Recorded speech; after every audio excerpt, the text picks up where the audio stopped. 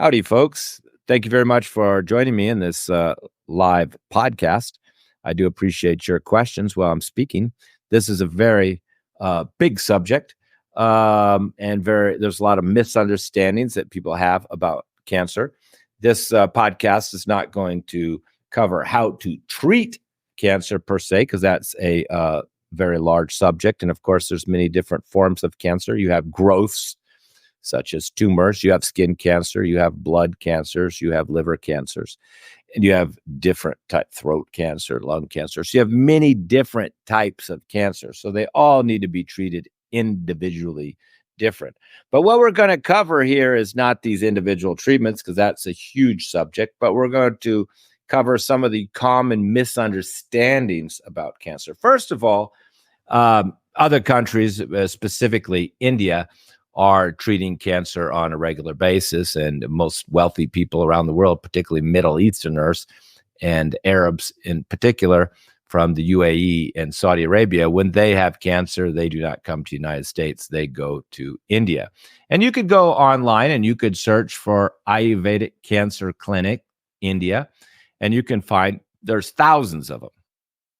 Now, of course, you have to pick the right one. It's good to know people, but there's many that are decades old and have a very, very good reputation.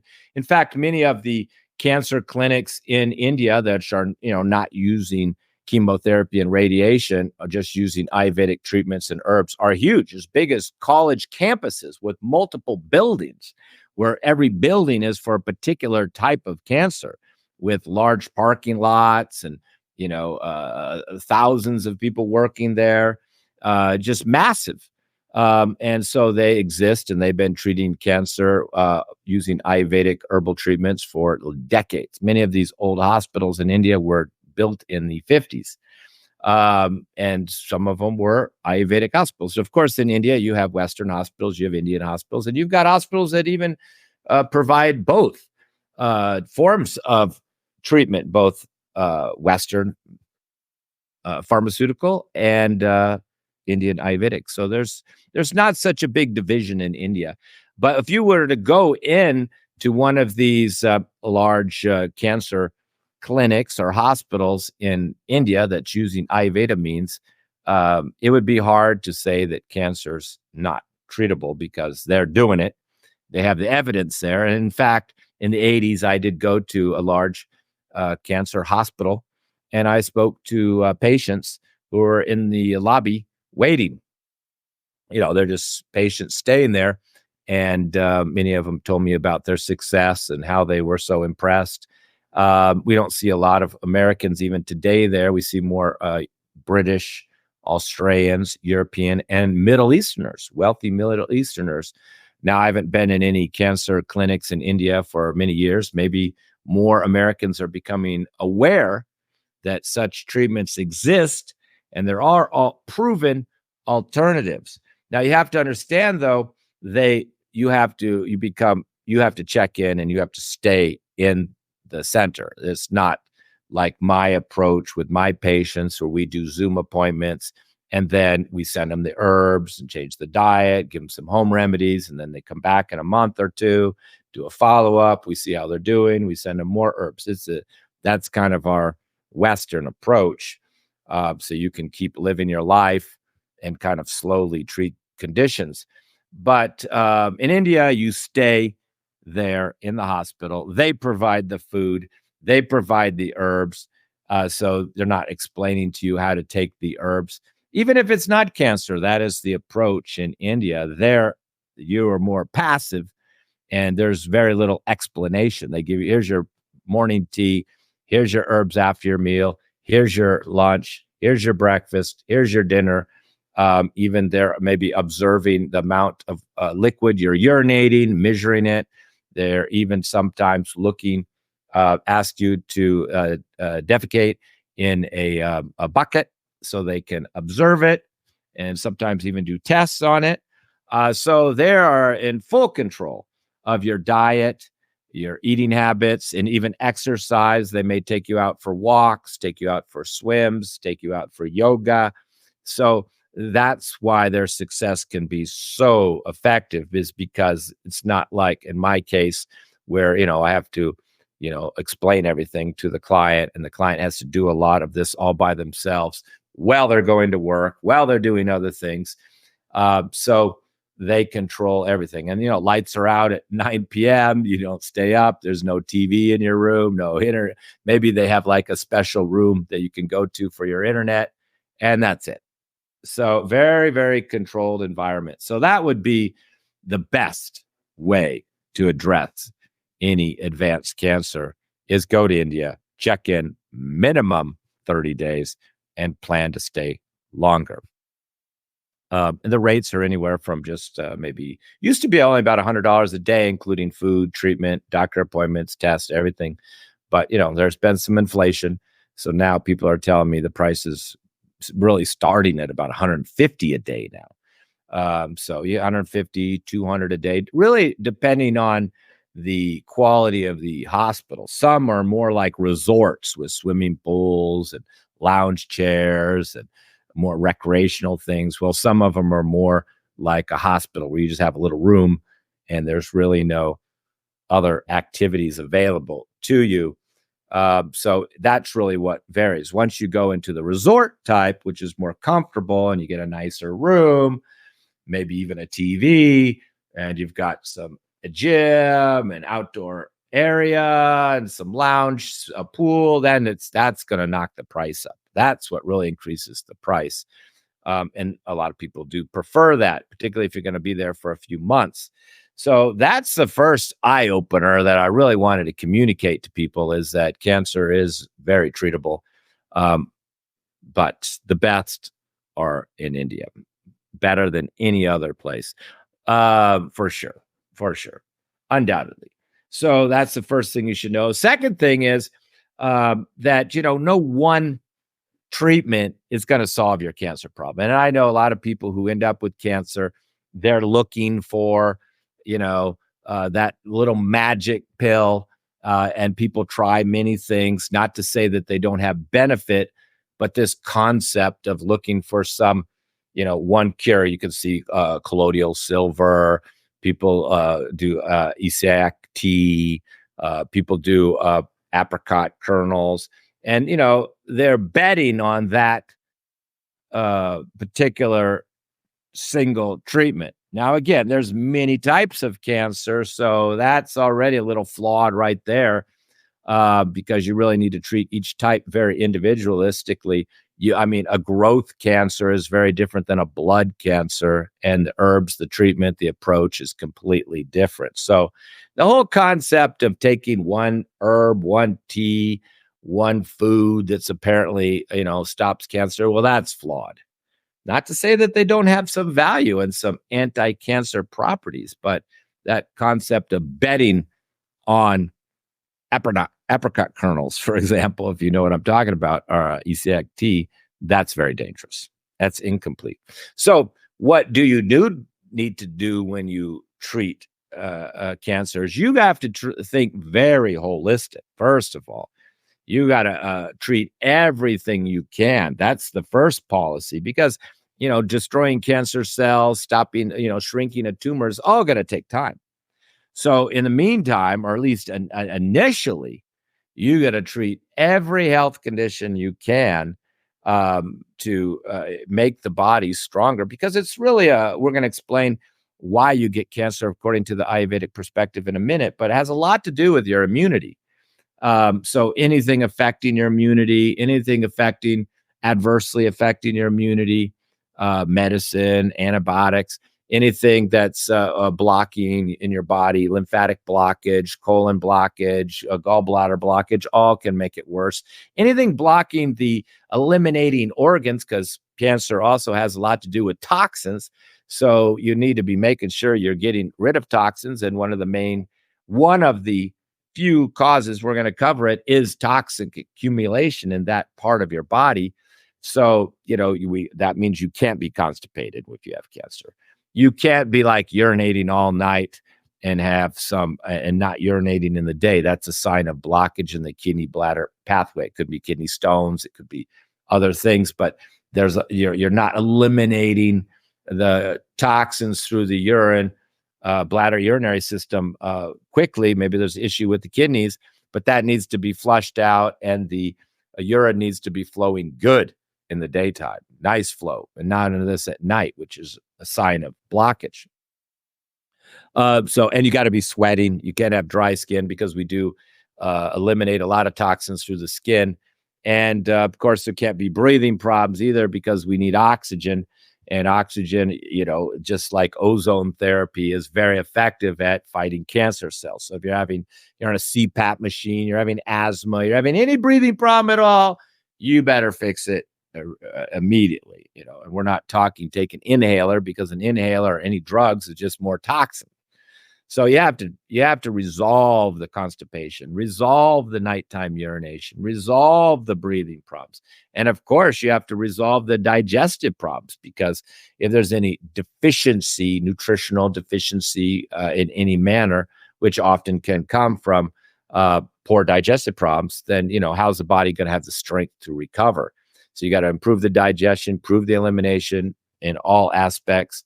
And so you really should focus very holistically on the body. And if you're taking any medication, whatever that condition the medication's for, needs to also be addressed. If you're taking, blood pressure medication, or definitely if you're having high blood sugar, which, sugars create more, fungal infections and more of an environment for pathogens to grow, not just urinary tract infections. So you really have to get the blood sugar under control, and just taking a medicine is kind of an artificial way to control it, and it's more toxins. So you really have to treat the blood sugar or blood pressure or other issues the person has.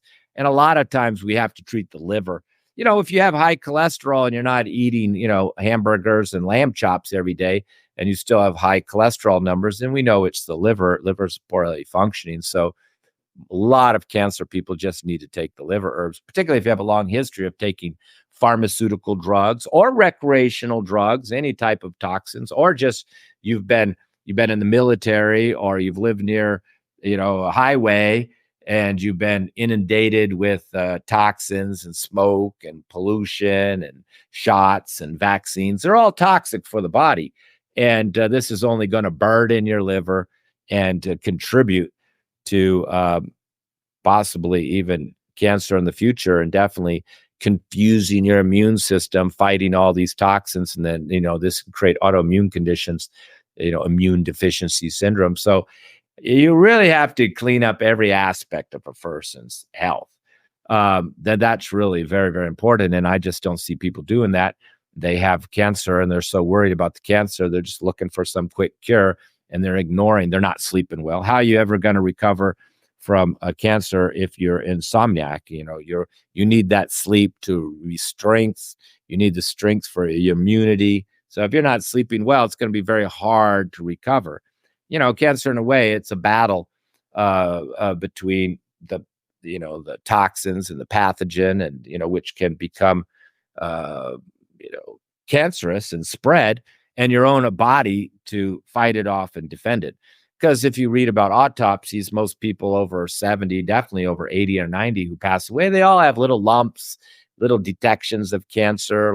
They say almost all men have some type of inflamed prostate to some degree.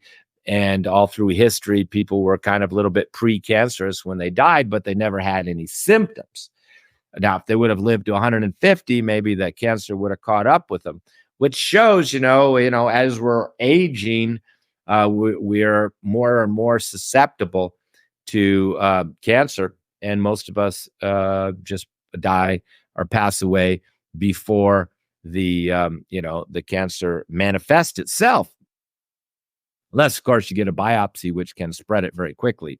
But that's a separate subject. We're not going to talk negatively about medical treatment.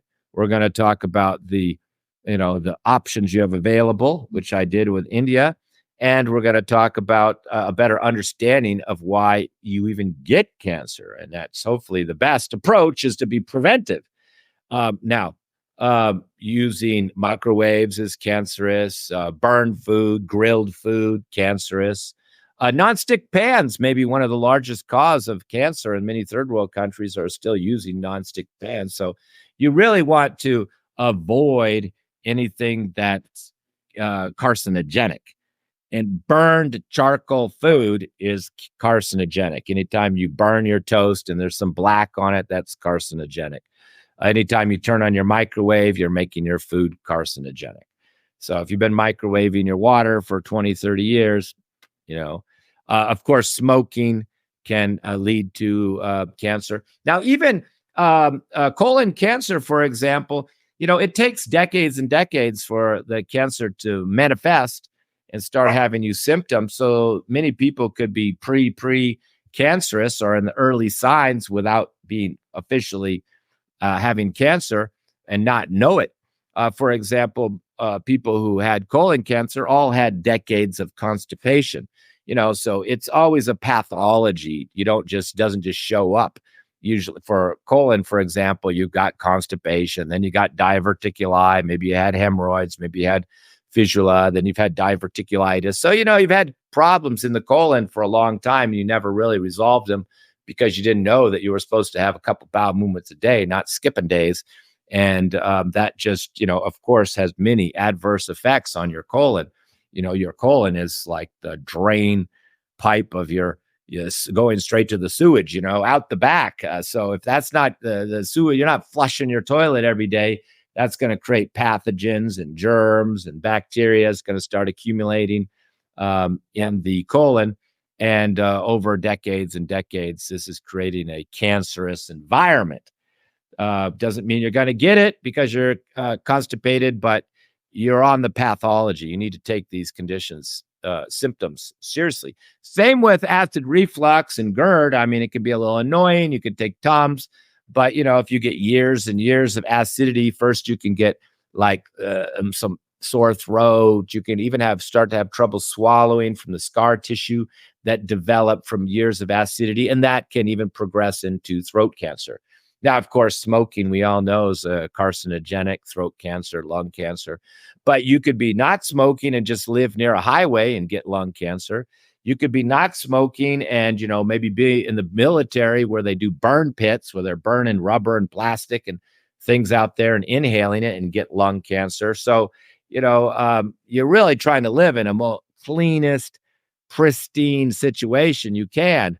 All these chemicals we have in our foods, if you're eating non-organic food, your probability of getting cancer is much higher because many of these dyes and preservatives are carcinogenic. It's well known. I mean, you can just go Google them and learn about them, but many dyes, like I think it's red dye number 4 is considered pretty carcinogenic. Some of them are different. So if you're eating candy, you got dyes in it, you got preservatives in it, you got and you've got sugar in it. And, sugar not only can create diabetes, but it can, as they say, feed cancer. So if you're eating candy and cookies with preservatives and chemicals and sugar, obviously your probability of some type of growth cancer is going to be much higher than a person growing his own food, living organic, not smoking, living away from the pollution, living in the countryside. And of course, that's one reason I live in the countryside and grow my own food, is because I want to be consuming fresh air, fresh water, and, healthy, pure food. And that's just not possible in any city. So I live in the countryside. So all this is preventive, of course. So hopefully can live to over 100 and not have cancer. So all of these things that you do throughout your life, like, eating organic, not having junk food, all of these things are going to help you to prevent your cancer accumulating later in life. So now let me talk about from the Ayurvedic perspective on what causes cancer. Well, of course, in Ayurveda, it's a doshic system. We have 3 doshas, Vata, Pitta, and Kapha. And in cancer, most conditions are an imbalance of 1 dosha or 2 dosha. If you're overweight, fatty liver, high cholesterol, those are all kapha imbalances. If you have acid reflux, heartburn, burning skin, red skin, anger issues, those are all pitta imbalances. if you're depleted, underweight, constipated, gas and bloating, and insomnia and having anxiety, those are all vata imbalances. Now, of course, people can have combinations. You can have vata imbalance, pitta imbalance, with kapha imbalance, etc. But and to have cancer, a malignant cancer, that's you have to have all three doshas in balance. So you really, and nobody's born with all three doshas in balance. So you definitely are the creator of this condition. Because unless your mother was living out of, I asked a cancer doctor, an Ayurvedic cancer doctor, one time who visited me, and I was driving her around, and I asked her the question, why do children get cancer? And they said, the mother's diet, the mother's food. And she was from India, and she says it's a big problem because the women are cooking in these nonstick pans, and then they have children, and the children end up having brain tumors. And she believes it's from the nonstick pans. But also in India, they do a lot of fire pits, a lot of burning. So, they've got, even you're living out in the countryside, people are exposed sometimes to more chemicals than, we who can buy organic food and things like that. I digress and go back to the what the Ayurveda sees as the ingredients or the essentials for you to have a malignant or life-threatening cancer. You have to have imbalance of vata, pitta, and kapha. So what's kapha imbalance? Kapha imbalance is usually the tumor. That's, the lump. If you have high fibroids, cysts or tumors or just lumps, even little lumps on your hand or just lumps on your arm. Well, these are all not good. They're lumps. And generally that comes from a high protein diet. Too much meat, too much protein powders, too much things like that. You see weightlifters, they're trying to build muscle, but they also can build tumors and growths. Women get uterine fibroids and cysts, all from this excess protein, excess kapha, and just overweight people. They're overweight and they can have big lumps and not even know they have these lumps and tumors. So that's part of particularly for a growth tumor. Kapha is generally the first imbalance. You're growing some lump. Doesn't mean it's cancerous. You just have a lump. That's why they always like to test these things. But you need another quality is we need the vata to be high. And the vata its qualities are dry and light. So that usually means a blockage somewhere. There's a blockage. And sometimes the vata can be first and creating the blockage. How do you know if you have a blockage? If you're constipated, you're blocking. If your hands and feet are always cold, you have circulatory problems. It's a type of blockage. If you've had gallbladder problems, that's a blockage. Your gallbladder's not coming out. Even if you feel dizzy and lightheaded and have to lie down, you have some type of blockage. So it's easy to have blockages in the body. And when a blockage is stopping the body from getting the nutrients to the tissue and removing the toxins from the tissue, which is, how we're going to accumulate toxins in that particular area, because there's got to be some type of blockage taking place. And then there's an accumulation of tissue or lump forming, partially due to the blockage. It can go either way. The lump could come first and start blocking circulation, or the circulation could come first and start creating the growth. And sometimes the growth, just like a clot is a type of growth. So, it doesn't have to be something big. It just have to be a dense, growth or a clot taking place. So you've got this blockage, and also there's a certain depletion that takes place, which is vata, and that's coming because of the blockage, the poor circulation. So there's a lack of nutrients getting to that tissue that we're talking about. That's the vata. And then there's a inability to get the toxins out. That's also part of the blockage. And then the third aspect, so you could have a big lump, like a breast tumor, or for example, and still not be cancerous, of course. That's why they want to test it, because you need the third element, the third imbalance, and that is the pitta imbalance. And once that lump becomes malignant, then it becomes, that's the pitta. So if, say, you have a lump on your shoulder or you have a big sore on your skin, that's but it's not hot, it's not red, it's not burning. then and there's no heat coming from it, it's not inflamed, then that generally means there's not pitta, which basically translates not cancerous.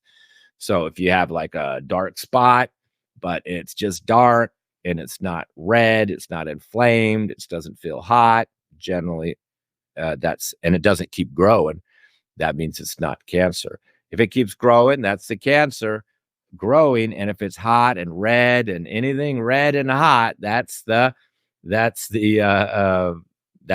pitta. Now you have all three imbalanced. You've got the inflammation and the burning, plus the lump, plus the blockage. So that's the three ingredients you need to have cancer. Let me just, there, my dog kind of settled down. He's trying to get in. But so to treat cancer from an Ayurvedic perspective, you have to balance Vata, Pitta, and Kapha, all three. So, and one could be more of the cause than the other.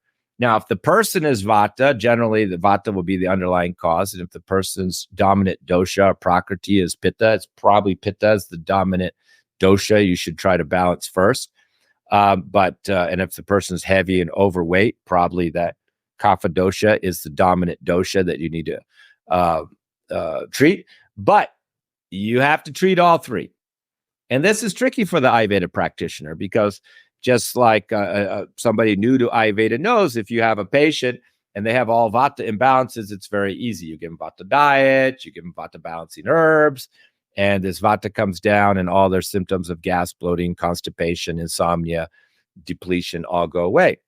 But it gets more tricky real fast when you have, say, Vata and Pitta. Now you have inflammation, burning, acidity, anger, plus you have these constipation, and anxiety going together. Now you have two doshas to imbalance. So even for the, the new Ayurveda practitioner, it's getting a lot trickier real fast, just having two doshic imbalances.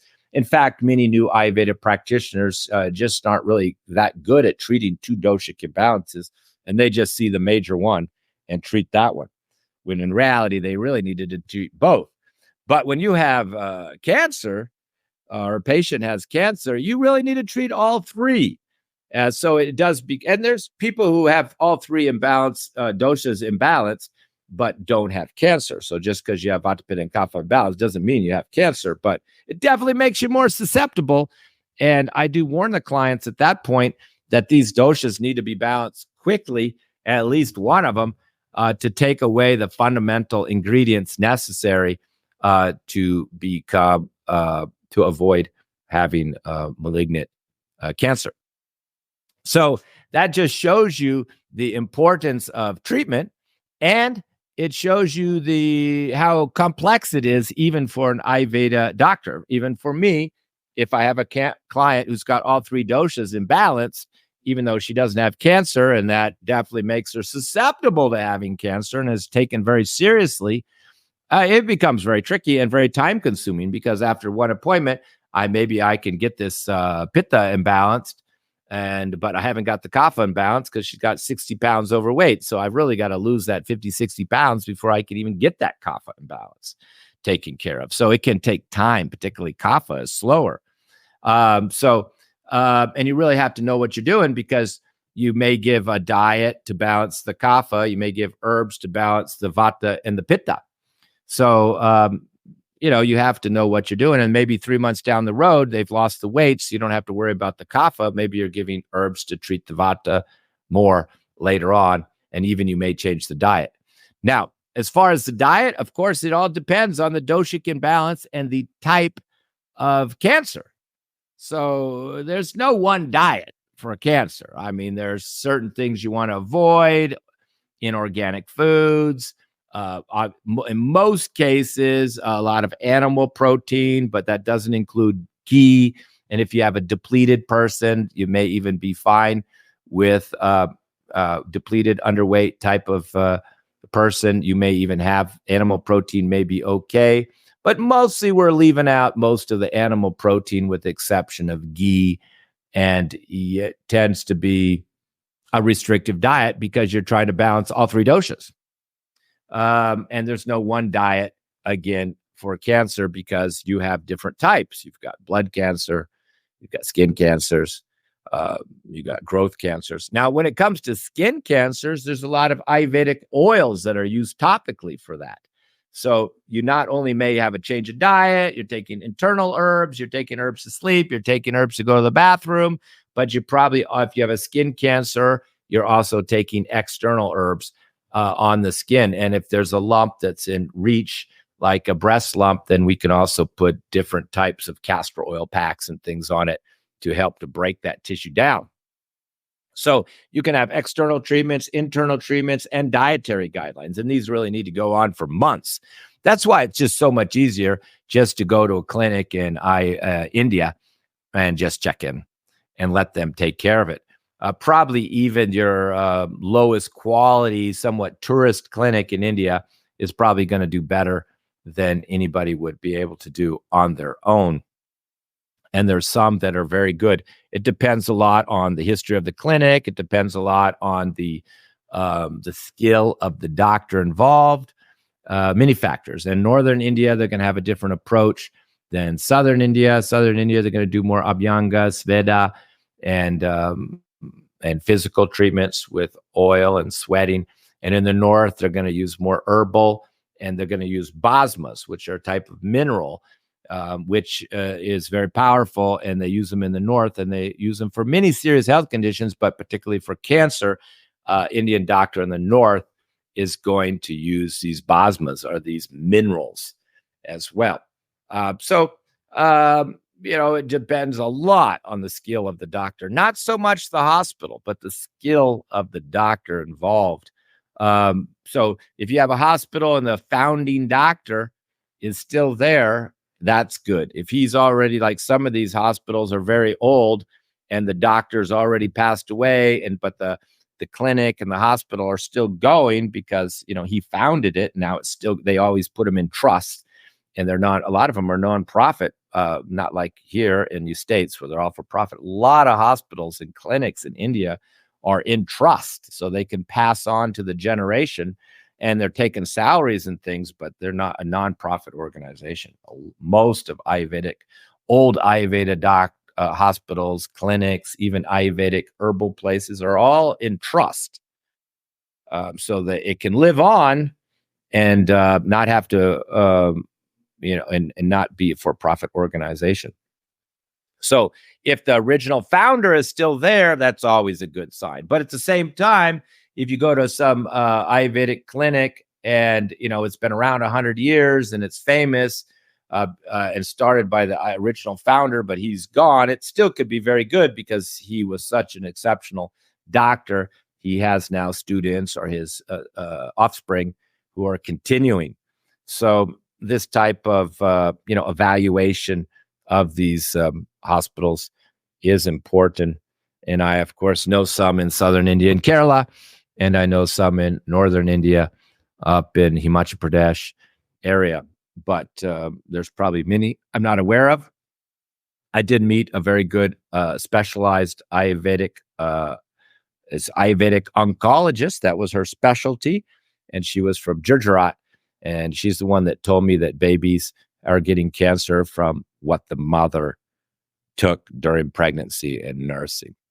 So if you're nursing or you're pregnant, you really need to avoid microwaves, burned food, non-organic food, and particularly non-stick pans, which, according to her, is one of the biggest causes of cancer for newborn children.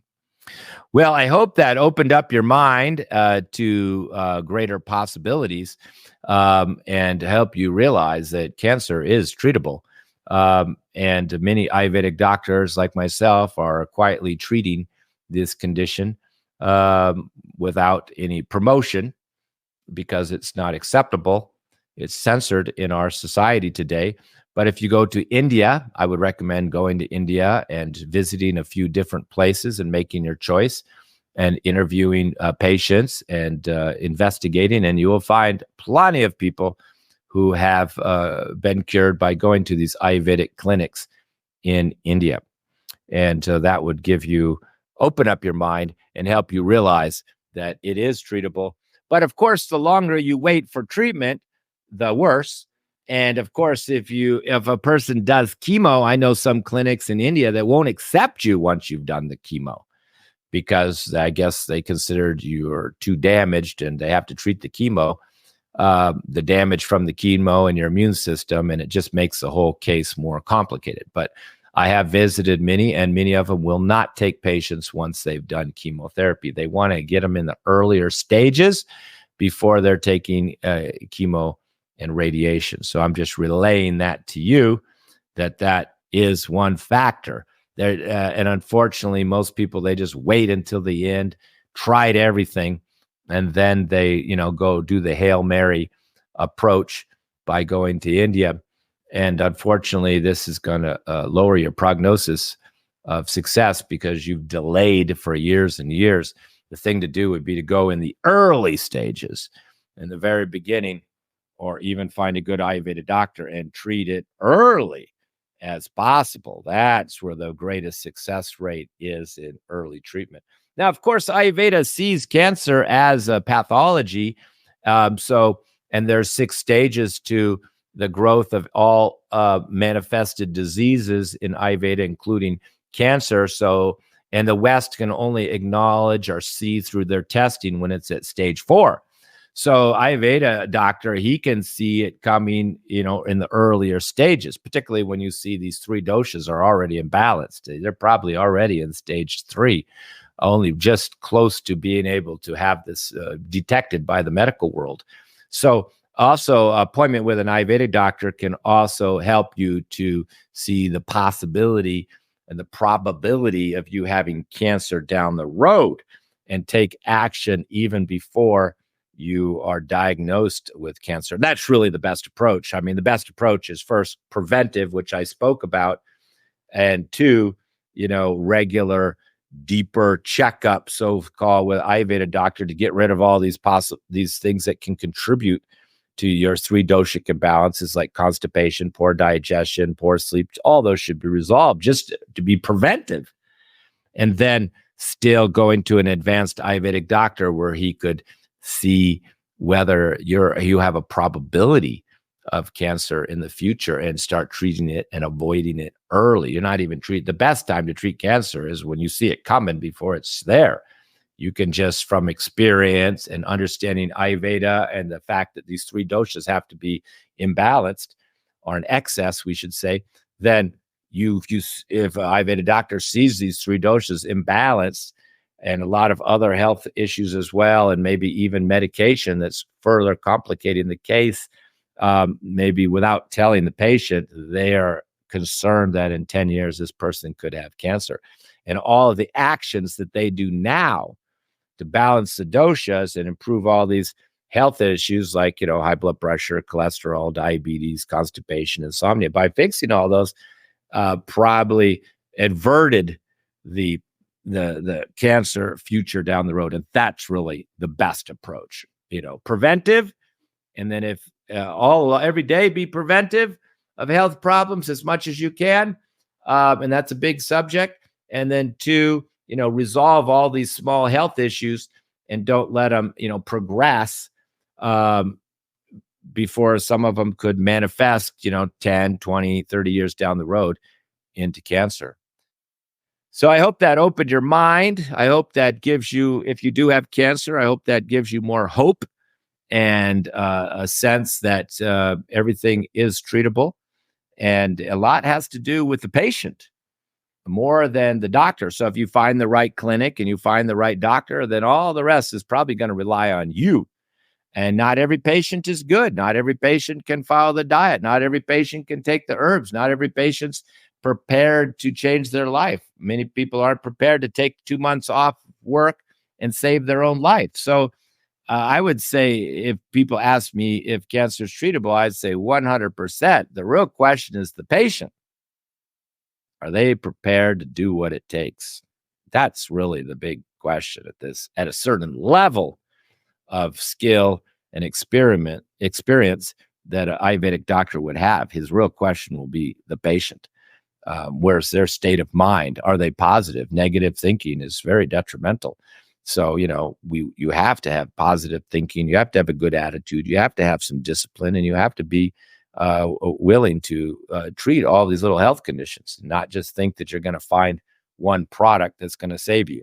Now, our sponsor is Herbman Teas, and Herbman Tea does have one product we call it Special Detox Blend to boost immunity.